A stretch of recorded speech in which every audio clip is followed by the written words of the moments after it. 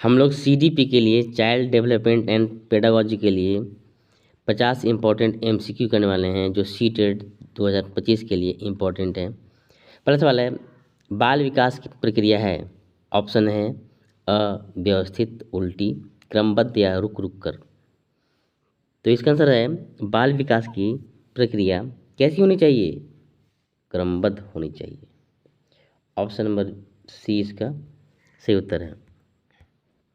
अगला सवाल है, विकास का प्रमुख सिद्धांत क्या है?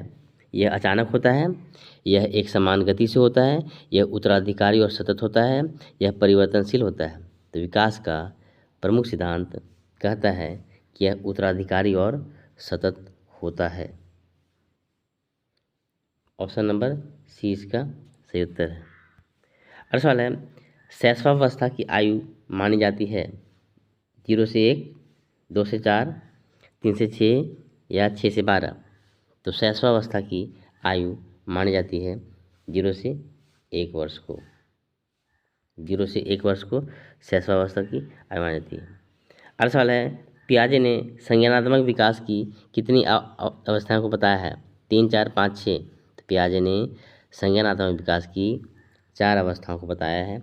ये हम लोग पहले कर चुके हैं, पहले वाले सेट में। अगला सवाल है, संवेदनात्मक मोटर अवस्था की उम्र होती है 0 से 2, 2 से 7, 7 से 11, 11 से 16।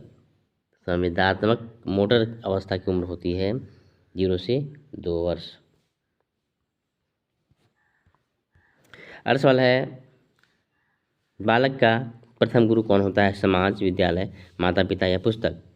बालक का प्रथम गुरु होता है माता पिता। अगला सवाल है हमारे पास कि विकास का मुख्य आधार है भोजन, स्वास्थ्य, वंशानुगतता और वातावरण या अथवा खेल? तो विकास का मुख्य आधार है वंशानुगतता और वातावरण, इसका सही उत्तर है। अगला सवाल है, कौन सा विकासात्मक क्षेत्र है? शारीरिक, आर्थिक, धार्मिक या राजनीतिक? तो विकासात्मक क्षेत्र है हमारा शारीरिक। अगला सवाल है, बालक की भाषा किससे अधिक प्रभावित होती है? खेलों से, परिवार से, विद्यालय से या टीवी से?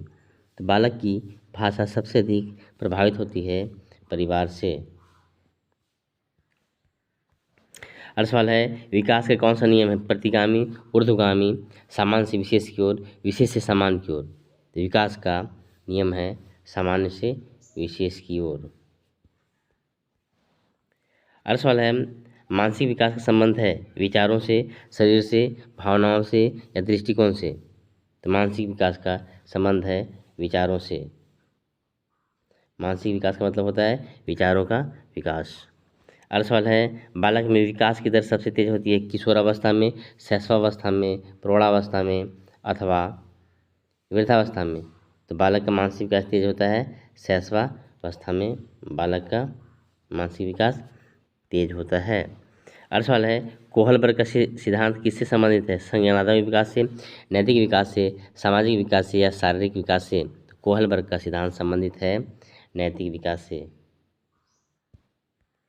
अगला सवाल है, बच्चों की शिक्षा में विकासात्मक मनोविज्ञान का क्या महत्व है? परीक्षा देने में, पाठ याद करने में, रुचि एवं योग्यता समझने में, अनुशासन सिखाने में? तो बच्चों की शिक्षा में विकासात्मक मनोविज्ञान का महत्व है हमें हमारे पास रुचि एवं योग्यता को समझाने में, समझने में। अगला सवाल है, वाइगॉत्स्की की किस सिद्धांत से संबंधित है? नैतिक विकास से, भाषा विकास से, सामाजिक सांस्कृतिक परीक्षण से, सामाजिक सांस्कृतिक सिद्धांत या सीखने का परीक्षण?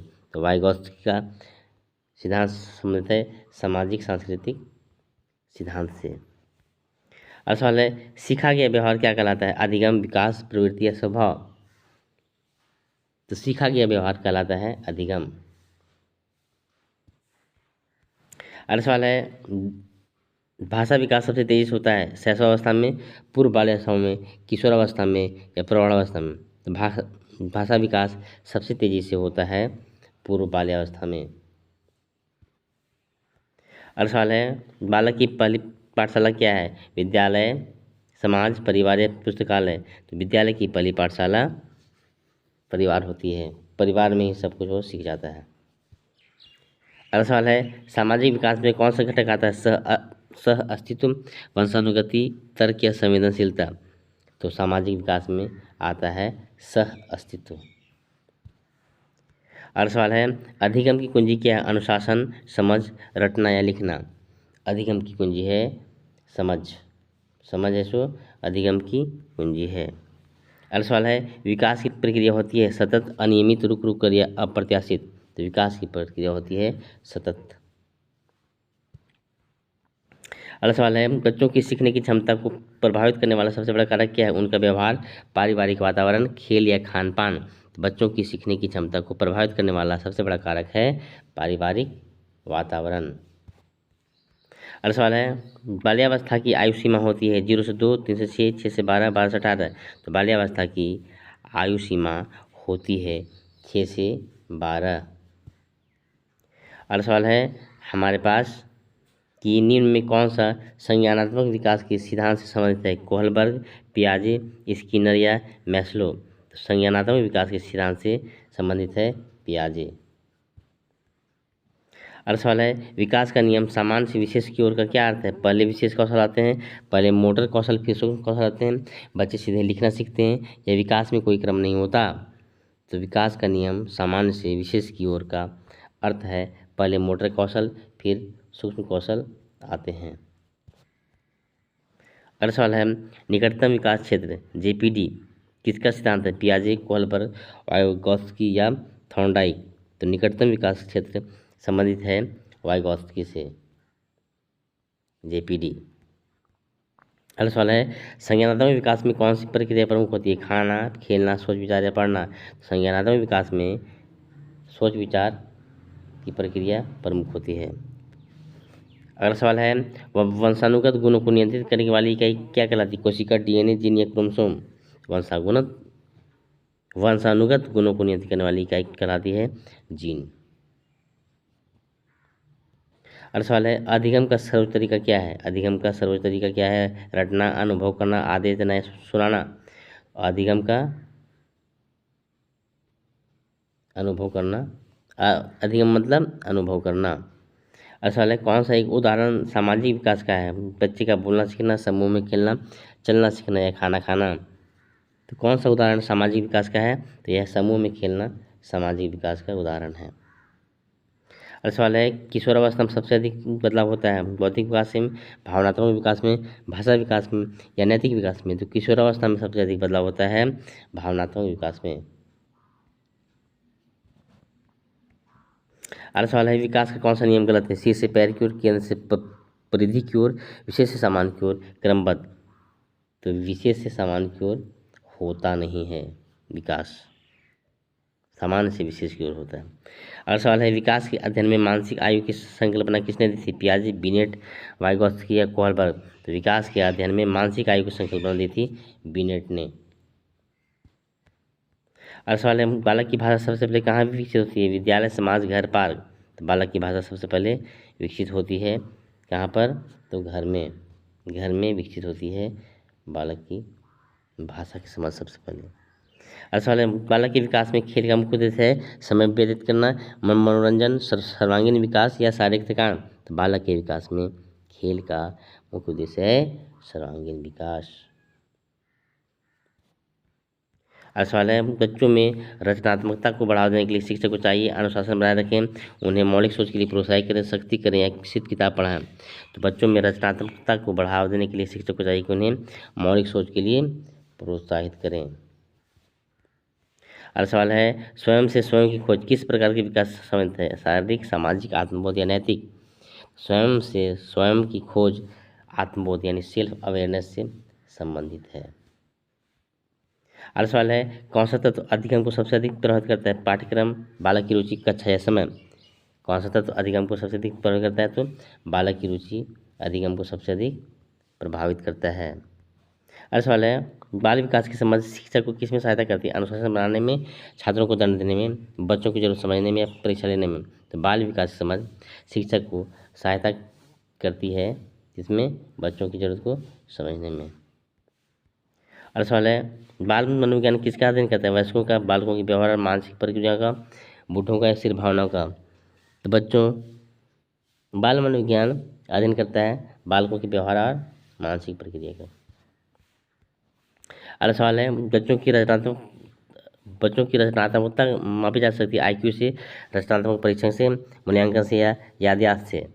तो बच्चों की रचनात्मकता मापी जा सकती है रचनात्मक परीक्षण से। अगला सवाल है, किसी बच्चे को अलग बैठाना और ताना देना प्रोत्साहन है, अनुशासन है, शोषण है या व्यवहार नियंत्रण है। तो किसी बच्चे को अलग बैठाना और ताना देना शोषण के अंतर्गत आता है। अगला सवाल है, विकास को प्रभावित करने वाले दो मुख्य घटक हैं आय और संपत्ति, खेल और शिक्षा, वंशानुगतता और वातावरण, स्वास्थ्य और भोजन। तो विकास के प्रभावित करने वाले दो मुख्य घटक हैं वंशानुगतता और वातावरण। अगला सवाल है, बालकों के लिए सबसे उपयुक्त अध्ययन विधि है व्याख्यान, कहानी और गतिविधि, रटना या अनुशासन। बालकों के लिए सबसे उपयुक्त अध्ययन विधि है कहानी और गतिविधि। अगला सवाल है, हमारे पास कि बच्चों में आत्मविश्वास विकसित करने के लिए शिक्षक को गलतियां निकालनी चाहिए, दंड देना चाहिए, प्रशंसा करनी चाहिए, अनदेखा करनी चाहिए। तो बच्चों में आत्मविश्वास विकसित करने के लिए शिक्षक को प्रशंसा करनी चाहिए। अगला सवाल है, सीखना है क्या है, अस्थायी व्यवहार परिवर्तन, अस्थायी प्रक्रिया, स्वचालित क्रिया या केवल स्कूल में। तो सीखना है अस्थायी व्यवहार परिवर्तन। अगला सवाल है, विकास के अध्ययन से हम क्या समझ सकते हैं, बच्चे का परिणाम, बच्चे का ग्रेड, बच्चे की वृद्धि और प्रगति, परीक्षा का महत्व। तो विकास के अध्ययन से हम बच्चे की वृद्धि और प्रगति को समझ सकते हैं। अगला सवाल है, विकास का नियम है, विकास असमान होता है, सभी बच्चे एक समान होते हैं, क्रमबद्धता और निरंतरता विकास नहीं होता है। विकास का नियम है क्रमबद्धता और निरंतरता। अगला सवाल है, विकास प्रक्रिया को मापने का प्रमुख सूत्र क्या है, कक्षा प्रदर्शन, आईक्यू परीक्षण, विकासात्मक परीक्षण, समय सारणी। तो विकास की प्रक्रिया को मापने का प्रमुख तरीका है विकासात्मक परीक्षण।